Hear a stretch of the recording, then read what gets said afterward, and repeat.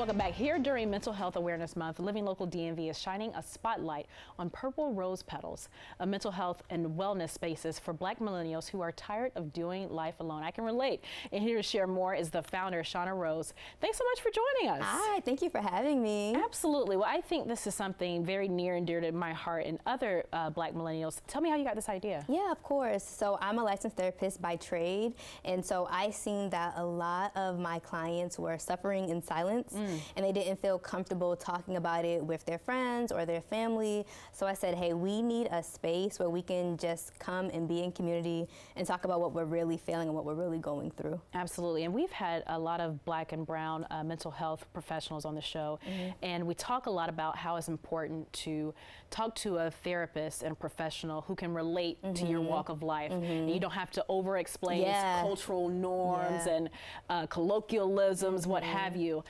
Tell us why it's so important to have Black mental health professionals. I think what you just said, right? People that look like us and sound like us. I think that in the Black community, there's still so much stigma. And one of the biggest reasons is because there's like, the relatability piece is missing.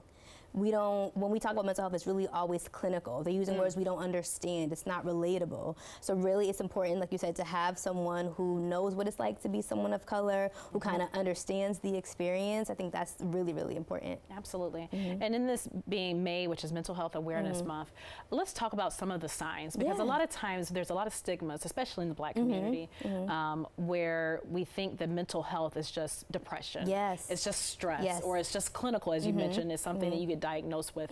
How does you know, mental health show in the body and not just the mind? Yes. So we've all heard of the body-mind connection, right? So that's a real thing. And so when you think about stress, I always tell people right here, you hold a lot of tension in your shoulders. We really do. But then also sometimes it might look like sensitive skin. Your hair might fall out. You might have some digestive issues. You might be fatigued. And I'm not talking, oh, I need a 30-minute power nap. I'm talking, I just slept 8 hours and I'm exhausted. Or my mind's racing, I'm overthinking, right? These are all signs of stress. And it's funny because we have these signs and we don't realize it's because of mental health, because we're like, oh, I've always had these signs. Because you've always been stressed. That's why. You've been stressed for so long that now it's normal to you. But remembering that our bodies will communicate with us when we're going through things, we have to learn how to listen to what our body is trying to tell us. My shoulders eased up just talking to you. I was like, just, you know, do a little deep breathing, do some shoulder rolls. We carry a lot of stress in our shoulders. Oh, well, speaking of which, if someone's feeling overwhelmed right now, what are some quick tips you would give them if they're feeling physically stressed? So I think if you're feeling physically stressed, I would say one, breathe, right? Like you just said, take deep breaths in, deep breaths out, do some shoulder rolls.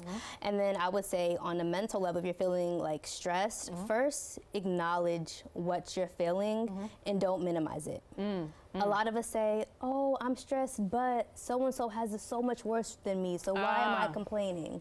My mom and dad went through so much, so I don't have the right to No, we're talking about you and how you feel. It's okay to say, I am stressed. That's the first step. And then say, what's actually stressing me out?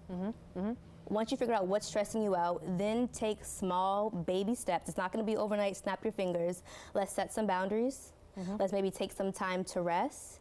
I think the biggest thing when it comes to stress is work, right? So my biggest thing is telling people, take your lunch break. Take your lunch break. So many people just work through lunch. Right? We have this hustle and bustle mindset.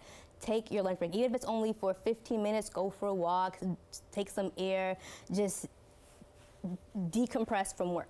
Absolutely. Well, I want to thank you so much, because you've dropped so many gems on myself and the audience today. And like I said, my shoulders are less tense just talking to you. Before I let you go, we're running out of time, unfortunately, but how are you creating spaces for the Black community to really talk about mental health awareness, and how can they get in contact with you? Of course. So my nonprofit is called Purple Rose Petals. We're a DMV-based nonprofit.